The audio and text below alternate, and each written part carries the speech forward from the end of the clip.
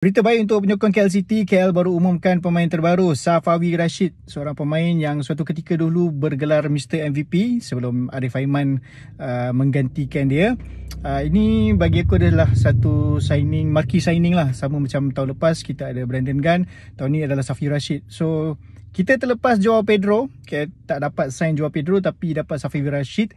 So teringin nak tengok bagaimana Safawi Rashid akan slot in dalam squad KL ni. Even coach pun dah announce.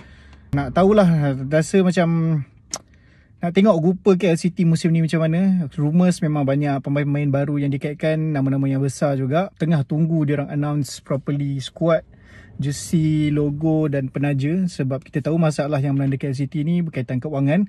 So bila sign player-player besar ni memerlukan kewangan yang besar lah. Jadi aku tak sabar nak tunggu season bermula. Mungkin kita akan tengok pre-season juga. Ada dengar mungkin akan lawan Kelab Indonesia, Semen Padang, yang diorang yang announce, bukan KL yang announce, tapi Semen Padang yang announce kata akan lawan KL. So kita tunggu, kita tengok macam mana. Korang rasa alright tak alright Safawi Rashid dengan KL?